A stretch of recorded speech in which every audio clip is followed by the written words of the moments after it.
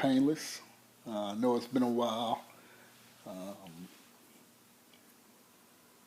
but this is a brief summary on me. I'm in the great state of Texas. I'm in the San Antonio area, and many of y'all know I took a position here, and this is where I call home. It's interesting here. It's very it's hot, man. So I'm getting acclimated to being in the continent. I'm getting acclimated to this weather. But thank goodness for its central heat and air. And I keep my thing on 62.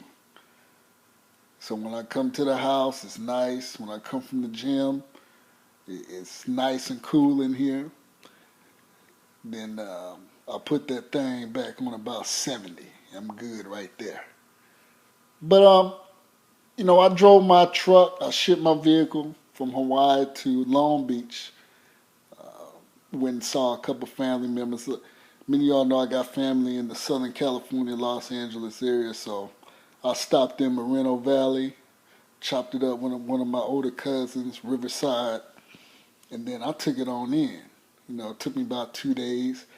I was able to take some leave, some scheduled leave, in the midst of me doing my traveling. So I wasn't in necessarily a rush to get here. But I was able to get here. Again, it took me 2 days. Came here. I had already secured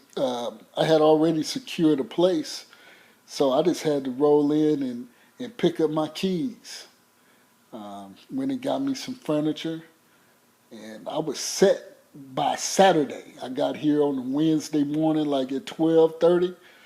I was up by 9 o'clock to get my keys to my new pad.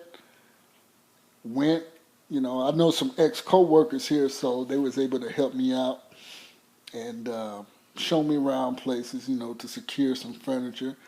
Shoot, by Saturday, my place was damn near full, ready, you know, ready to entertain or whatnot. But I'm enjoying it. I love my job, love where I'm at. I'm in a quiet, nice, clean suburb of San Antonio because I didn't really want to live in San Antonio. Many people briefed me before I came out here. San Antonio's old. It's downtown. It's not that clean from my understanding. And I wanted to be close to work. So.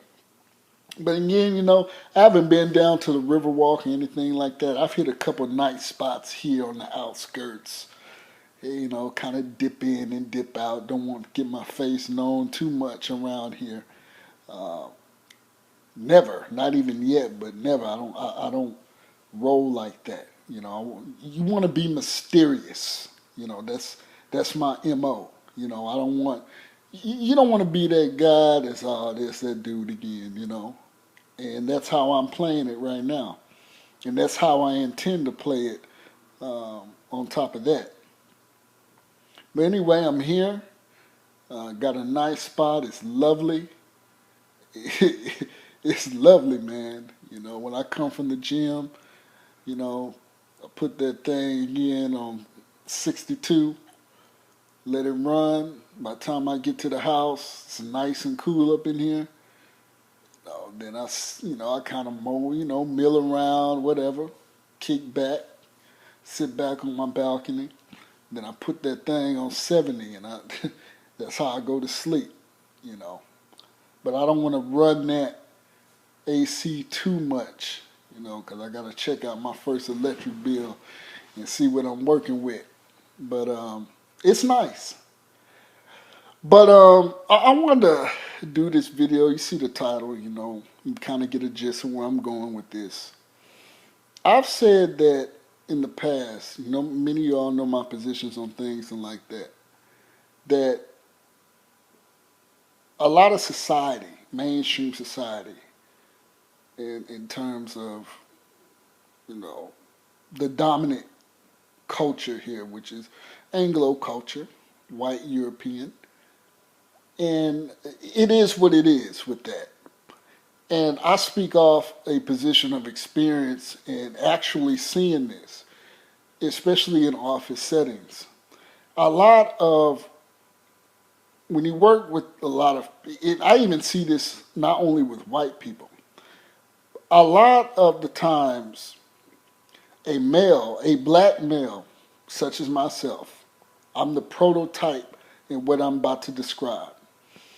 A successful black male, educated, no criminal record, can jive with the streets, but can brief the CEO of any kind of company without, skipping a beat.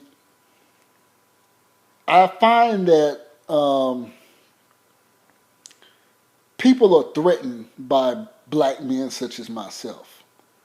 Now, it may not necessarily be a physical. I mean, I've talked about, many of you have heard my stories about being in the gym and catching guys looking at me for whatever reason, and then as soon as I happen to glance over, they quickly turn their head. I've described this numerous times, have gave you an abundance of examples of how this has happened to me. But not only do us as black men, and see, this is the conundrum right here. We always hear about mainstream society, non-black people, black people, scared of the pants sagging, gun in the hip thug with gold in his mouth and all that stuff as being dangerous. Well, see, the difference is while that type of stereotype, which does exist, may be physically scary, he isn't portrayed as a threat potentially economically. When Bubba or when John, the 30-year-old, 33-year-old white male, college educated, family, house in the burbs, when he sees Pookie and Ray Ray on the corner, he's not thinking, yeah, this nigger's gonna take my job. He's just probably worried that, well, these niggers might take my car, rape my wife, and kill my kids. Now, that's a legitimate threat from anybody. But he's not worried about if Keyshawn's going to take his job. See, but on the flip side, there's a equal threat as well. Probably more dangerous.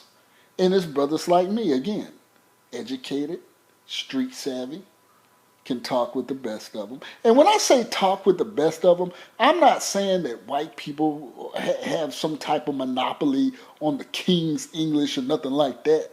I'm just saying I can present myself in a way that's beneficial to me at that particular time. As I just said before, I'm street savvy. I mean, I'm not up on the latest slang, but dudes know, like, hey, this is an OG that probably did his thing, maybe wasn't gunning people down or snatching purses or moving weight, but he's familiar. See, when I walk around the Keyshawns and the Pookies and Ray Ray, I don't necessarily carry myself like that. I ain't got my face blasted with tattoos and all that, but they know that I'm hip on game. You know? So with that being said, I can speak with the best of them in a formal business setting. Now, John, the white guy I described, 33-year-old, suburbs, master's degree, making about 82, 85,000 a year. He's worried about me potentially taking his job. You see, that's something that's not talked about. We're the brothers, some I've heard Sergeant Willard Pete call guys like myself educated lames and things like that. I mean, that's cute. That's a cute term, but that's where it stops. It doesn't go any further. and we're the simps and all that. And me, I've talked about my feelings about dating and women and all that stuff. And big ups to brother Iceman. He drops a lot of knowledge, and me and him feel the same way. You know, he just puts it on wax into more depth. But I feel the same way. I don't buy dinner from women that I don't know. If I met you on Match on Tuesday and we agree to hook up on Friday, I'm not buying you anything. Anything. I'm not going to do that. And I think that's reasonable. I think that's very reasonable. I mean, I think it's very reasonable that a woman would say, okay, no problem, I'll buy my food. You buy your food. You buy your drinks. I buy my drink. Now, will I get giddy and be like, hey, here's a drink or something like that? But you should never feel obligated to do that when you go into that type of situation. You should never feel obligated. You should never be on pins and needles or walking on eggshells about some woman you ain't even known for 72 hours, whether you should buy her ass something to eat because society tells you so. You shouldn't feel that way. You should go in there confident, knowing that, look, if I don't want to eat, I'm not going to eat. If I want to sit and drink, I'm going to drink. If you don't want to eat, that's your problem because you're paying your bill. It doesn't matter to me. Then that's how you should walk in there. And you should never have ass on the mind. When I go out on so-called dates with women, I hate that word dating. Dating is so cliche. I mean, I don't go there hoping to smash because honestly, I love my king bed by myself. And I don't need no woman all in my space, all in my shower, using my towels. Sometimes I find that I like being alone a lot. You know, maybe if I was if I was 23, 24, I have females running in and up out of here, but I don't like that shit. First, I don't like a lot of people knowing where I live because females plot just like dudes do.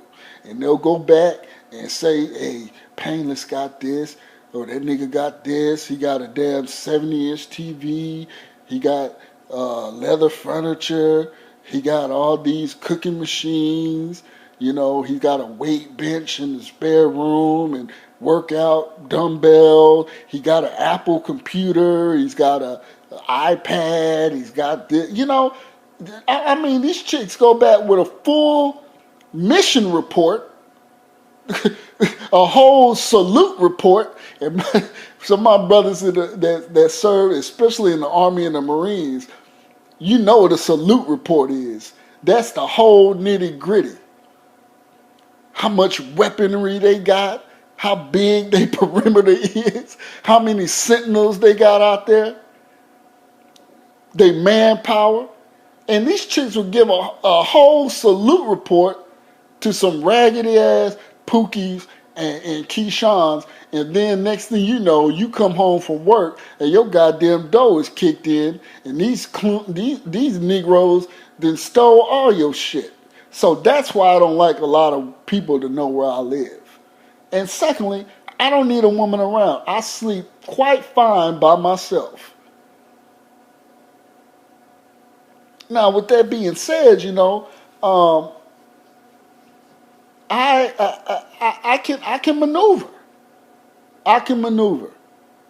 But what I'm getting at is that when you're at these workplace guys, most notably black men, when you're college educated and these women know you don't need their ass and you can pay your own bills and still have money, buku money to splurge and do shit, take trips here and there, man, they be holding on for dear life.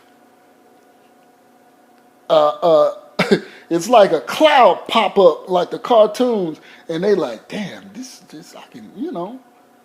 And then when you shut their asses down and show that you don't need them, you know, it's kind of like a slap in the face to women. Because again, especially with black men, we're known as the garbage men of the world.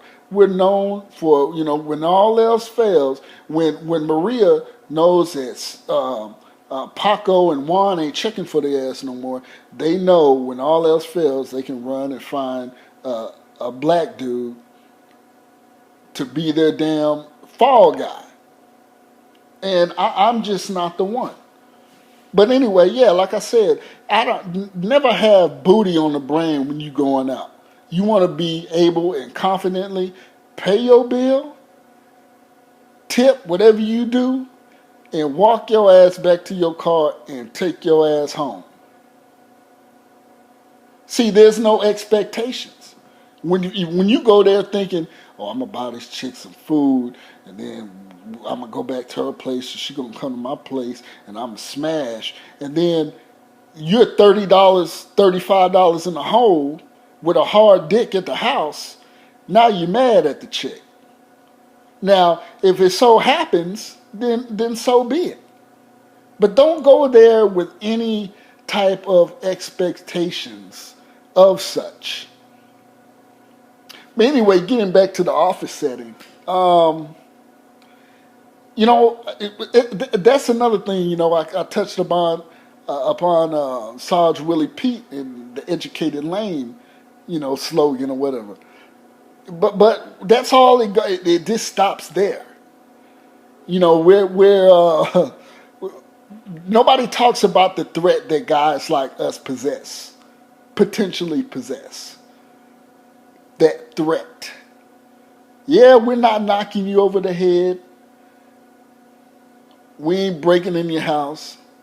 But I could take that supervisory position from your ass, and now I'm telling you when to come back from lunch. I'm telling you I need those reports. And they don't like that shit. I would go so far as to say they probably wouldn't mind a Pookie or a Ray Ray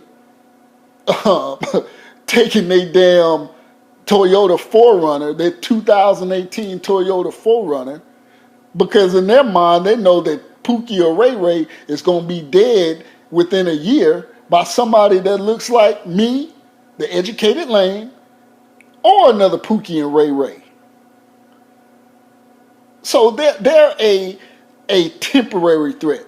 Me, I can be on the job for 25 more years, telling your ass when to go to lunch, when to come back from lunch, where them damn reports at, how come this shit ain't right. See, they don't.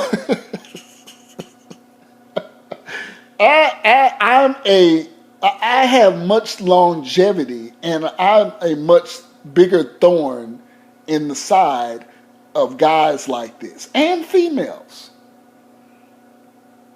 in this dominant society. Now, am I tooting my horn? No. I'm just saying that, in this system of white dominance, you can either sink or swim. You can sit back and pick your ass and complain and be an armchair revolutionary. I just used the tools that everybody else used, even white dominant society. Go to school, invest, have a side hustle, and sit back and project. Now, I say all this to say, within the last 19 minutes, you look at the situation in which Donald Trump pardoned this older black female for drug running at the behest of Kim Kardashian. Now, there's a correlation between what I've been saying for the last 19 minutes and 33 seconds. And it all comes together. You see, a black male like me, even though I've dotted on my I's, crossed on my T's, if I land in jail, there won't be any Kanye coming to ask for a pardon for me. There wouldn't be any Kimmy K coming to ask Trump to pardon me. But you got this black female, Medea, Mama D. You see, the office and white society loves black women like that. They love the black women that play that Medea role in the office. You know, that biscuit and gravy. Hey, what y'all going? Hey, y'all been? You know, they love that character, and they're going to do everything they can to save that, to keep that. They're fun. They're funny. The sassy older black female. Now, sisters that are listening, I am not about to go on no black female tirade because some of y'all know exactly what I'm talking about. You see, I've said that black men like me, we're looked at as potential threats economically, career-wise. They never know, what's going on in our heads because we've been trained at the same schools and institutions that they have. And it goes back to what I was saying earlier about being mysterious. People kind of hate what they can't label you as. And that's me. I never give people a way into me. All you need to know is that I'm here reporting for duty, ready to do my job. You don't need to know what I do on the weekends. You don't need to know what type of books I like. Because, see, they're already collecting information like that to put you within a bubble, to label you. They're already trying to size you up. So, I mean, the less information, the better. But anyway, they love that type of character, that Medea type. See, a brother like me, and that's why I tell brothers, you got this thug versus educated lame. When in reality, and I say that because even so-called educated lames like me, and that's why I say, bro, I am really no different than Pookie or Ray Ray, except I've learned how to maneuver within the system. But in actuality, we'll get the same treatment. And this is why I tell brothers that have a little something, don't look down on these brothers out here necessarily. I mean, don't look at them in disdain in the sense that you're better than them, like you won't get some type of different treatment because you have a master's degree from Baylor University or somewhere like that. Or you have a master's degree from Penn State. Or you have a master's degree from the University of North Carolina, Chapel Hill. Don't do that. And this is exactly why Trump loves those type of Medea characters, because they're safe. They pose no immediate threat. Yeah, she's so dope and push weight, but she poses really no threat. She poses a threat to other people that are in that world, but he knows she'll never be some type of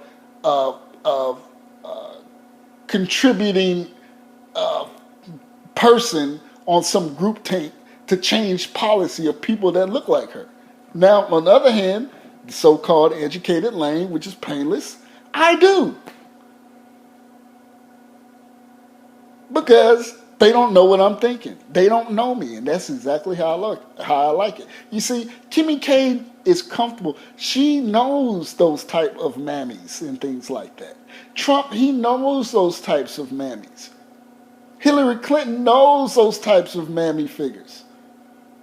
They got Jesus on the brain and it will forgive and all this. See, I don't do that shit.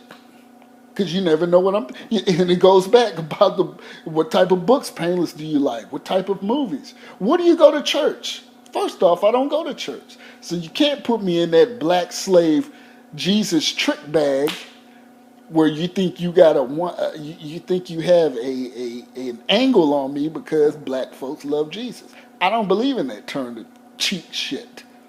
I don't believe in that shit. I don't believe in the blood of this and help thy neighbor. Well, I mean, you help thy neighbor, but I don't believe in that weak slave, you know, you're going to get something better in the next life bullshit. No, I want my shit rights now. And that's how you got to be. So I'm really suspicious of that. And I believe there's an underlying reason. I believe Trump is trying to appeal to black folks. I mean, it's ironic. She probably sold more dope to black people, and yet he pardons her. She was a detriment to black folks, yet he lets her out of prison. Now, if you have grasped around your brain that he's trying to appease and you're lauding him and applauding him and kowtowing to him for letting a black woman out of jail, why don't you equally flip the switch and say, why would he let a woman that sold dope to a lot of black folks, that got a lot of black folks probably killed in prison, why did he let her out? That's something you should answer. Peace.